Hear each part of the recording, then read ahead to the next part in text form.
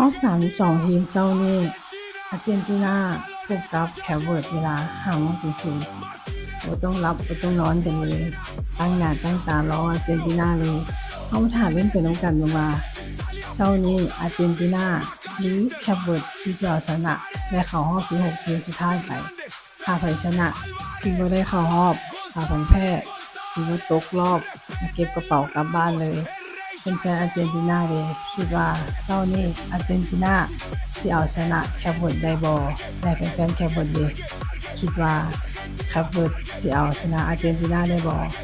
หรือผู้ใดมักและเชียร์ทีมใดคอมเมนต์กันเข้ามาได้ลองทายสกอร์เบิ่งว่าเช้านี้อาร์เจนตินาสิชนะ